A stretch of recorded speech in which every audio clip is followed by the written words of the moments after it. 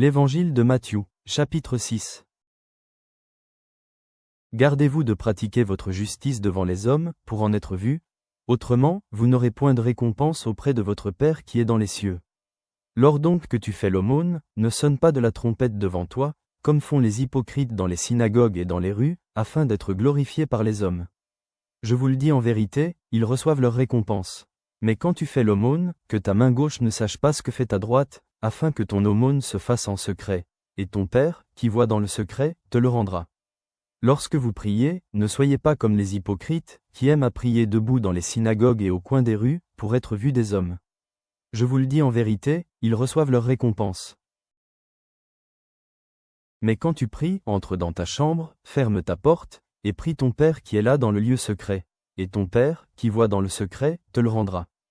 En priant, ne multipliez pas de vaines paroles, comme les païens, qui s'imaginent qu'à force de paroles ils seront exaucés.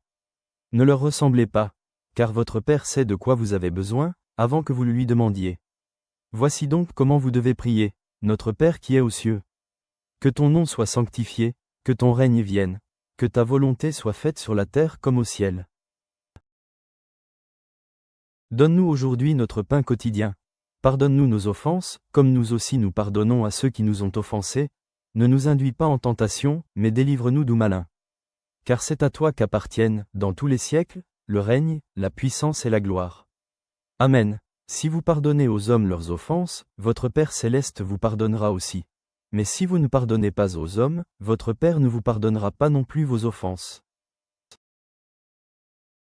Lorsque vous jeûnez, ne prenez pas un air triste, comme les hypocrites, qui se rendent le visage tout défait, pour montrer aux hommes qu'ils jeûnent. Je vous le dis en vérité, ils reçoivent leur récompense. Mais quand tu jeûnes, parfume ta tête et lave ton visage, afin de ne pas montrer aux hommes que tu jeûnes, mais à ton Père qui est là dans le lieu secret, et ton Père, qui voit dans le secret, te le rendra.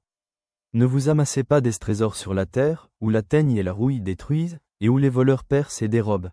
Mais amassez-vous des trésors dans le ciel, où la teigne et la rouille ne détruisent point, et où les voleurs ne percent ni ne dérobent.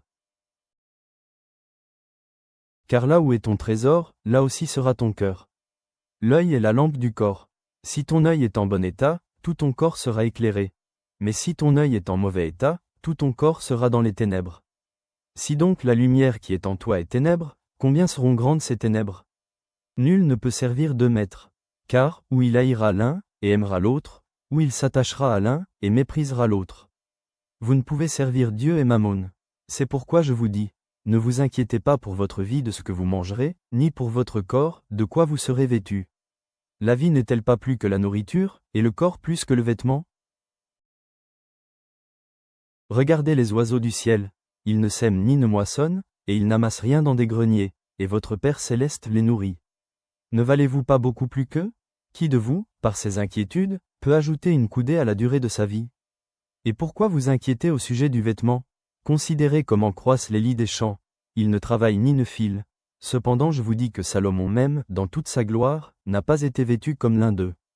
Si Dieu revêt ainsi l'herbe des champs, qui existe aujourd'hui et qui demain sera jetée au four, ne vous vêtira-t-il pas à plus forte raison, gens de peu de foi? Ne vous inquiétez donc point, et ne dites pas, que mangerons-nous? Que boirons-nous? De quoi serons-nous vêtus? Car toutes ces choses, ce sont les païens qui les recherchent. Votre Père céleste sait que vous en avez besoin. Cherchez premièrement le royaume et la justice de Dieu, et toutes ces choses vous seront données par-dessus. Ne vous inquiétez donc pas du lendemain, car le lendemain aura soin de lui-même. À chaque jour suffit sa peine. Seigneur fidèle, enseigne-nous à prier avec sincérité, à donner discrètement, et à te faire confiance pour notre pain quotidien. Libère-nous de l'inquiétude et de l'accumulation de trésors qui se détériorent. Que ta volonté soit faite sur la terre comme au ciel. Que nos cœurs reposent en sécurité dans ton soin. Par Jésus-Christ notre Seigneur, Amen.